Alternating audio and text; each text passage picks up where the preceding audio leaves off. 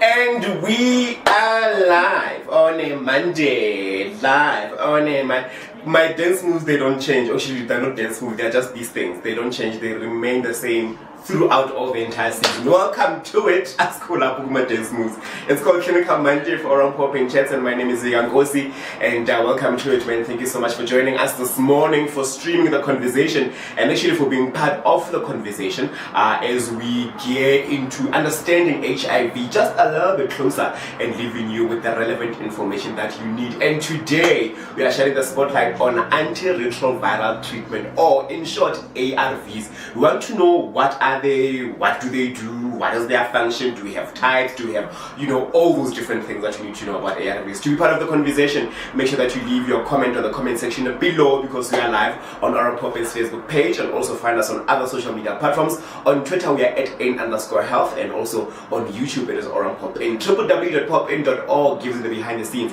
and you can check out other exciting things that we have, like gender affirming healthcare, some of the sites that we are launching, some of the activities that are happening in and around the pop. And speaking of sites that have been launched, courtesy of Oran Pop in Kempton Park, or Eguruleni, but I say Kempton Park because we launched it in Kempton Park. We are coming to you live from Eguruleni, or rather Oran Pop in Eguruleni in Kempton. It's confusing. Yeah. We've launched it not so long ago. Check out our social media for those pictures and more. And I'm joined by the head of the household,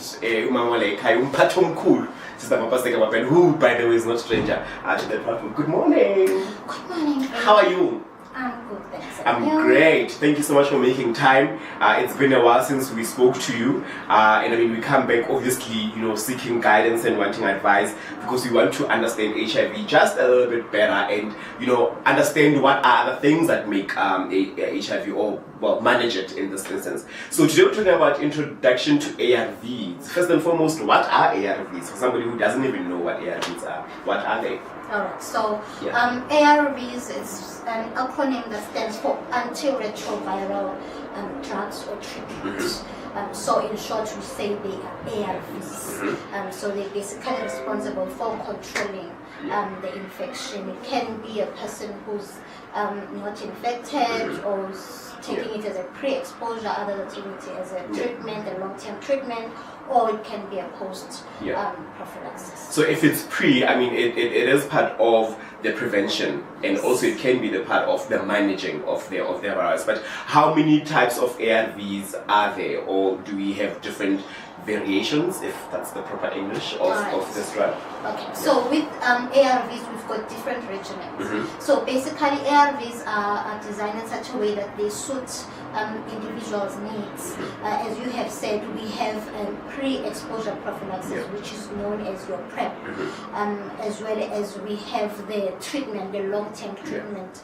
So in terms of the long-term treatment, we also have regimen 1, 2, and regimen 3. So that is when now it depends on the complications as well as the side effects and the tolerance of the individual. Then that is when we play with the different regimens to ensure that we don't harm, because the aim of taking ARVs is not to harm a person further, because you already have an infection, so we don't want to damage your kidneys and so forth and so forth. So we play around with these different regimens, as well as to ensure that you are virally suppressed. So response is monitored closely as well. And then we also have post-exposure prophylaxis, the one that you take within 72 hours of exposure, to ensure that you are protected from being infected if you are not. Let's talk about, you got infected.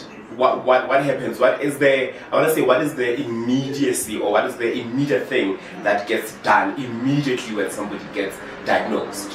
What's the next step? What should they do? Because I can imagine, a lot of us, and I share this because I've interacted with people where I wanted to give them their self-testing kit, and they'll be like, I want to find out if I'm HIV. I'm like, but the sooner you find out, the better you know how to manage this virus. What happens? What should be the next step? Yeah. So the most important thing with treating HIV is knowledge.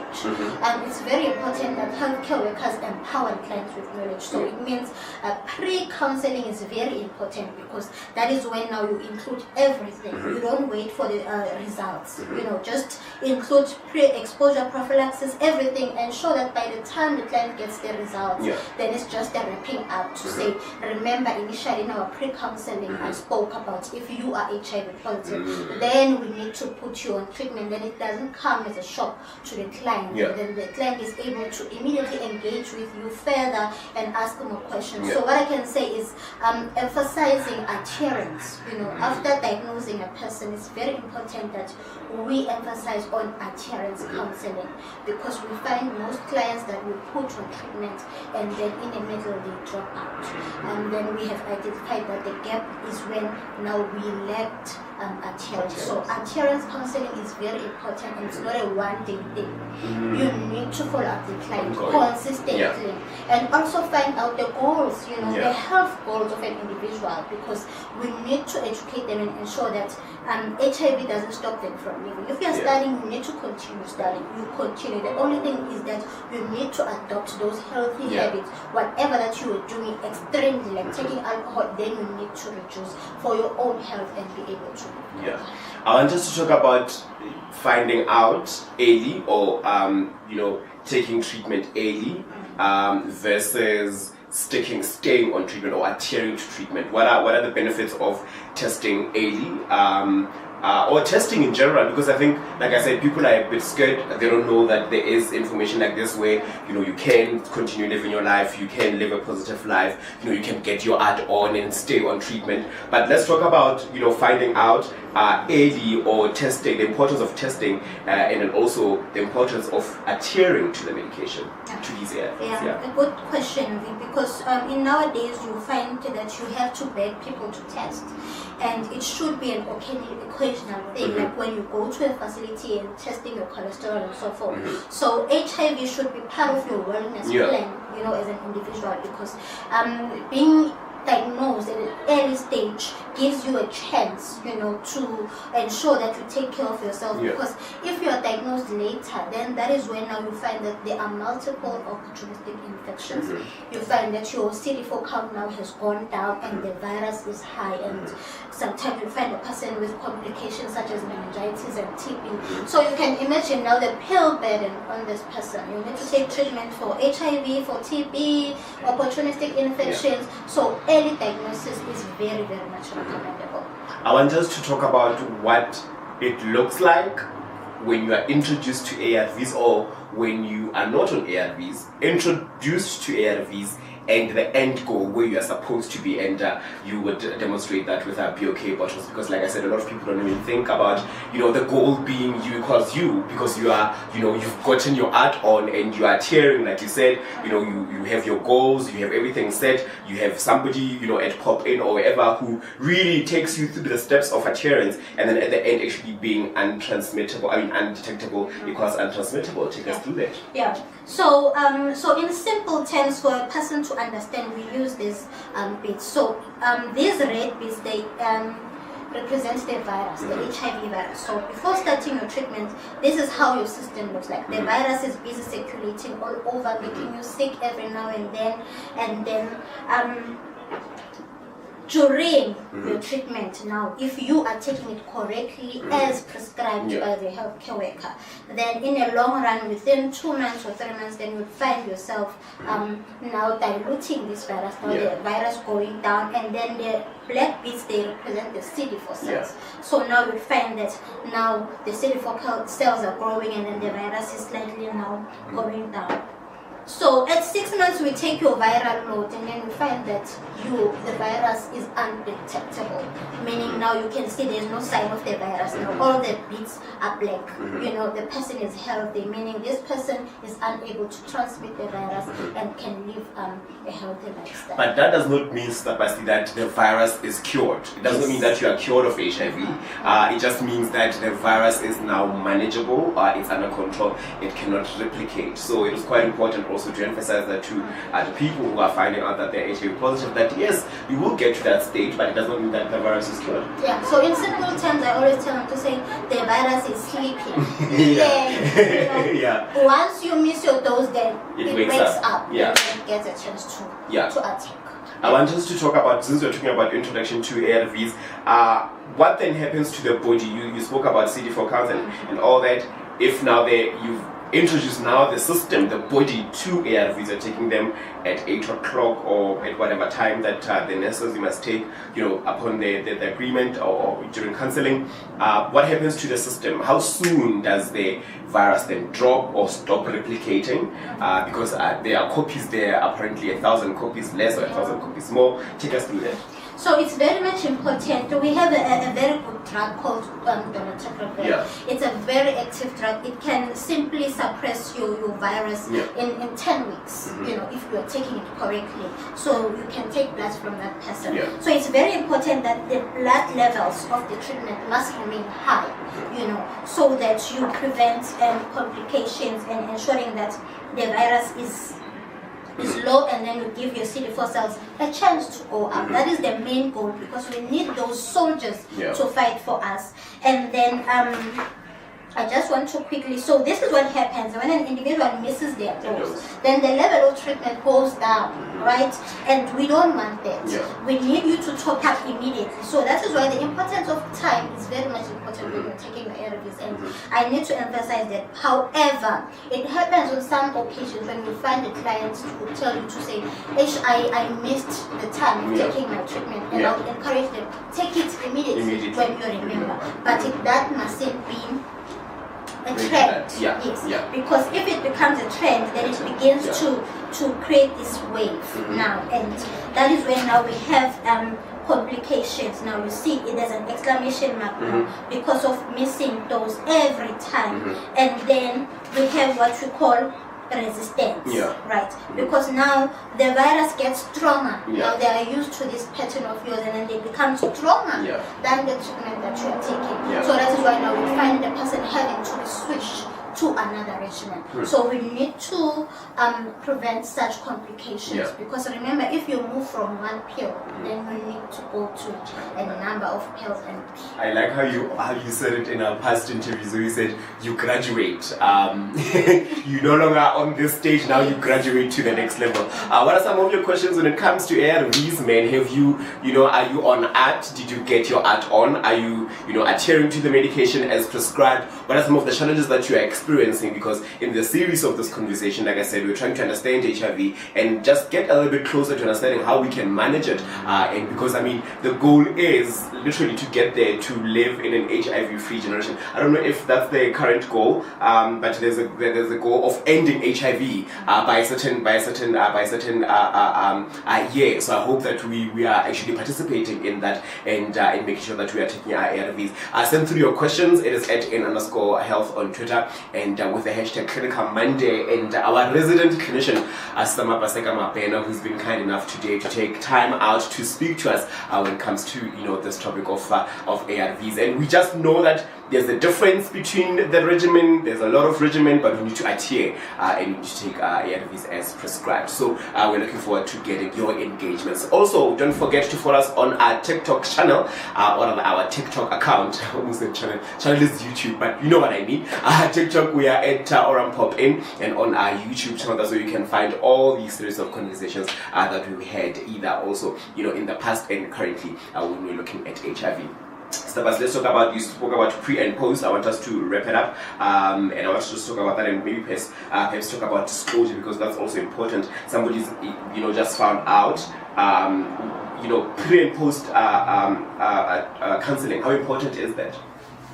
It's very important because that is when now the healthcare worker plans with the client.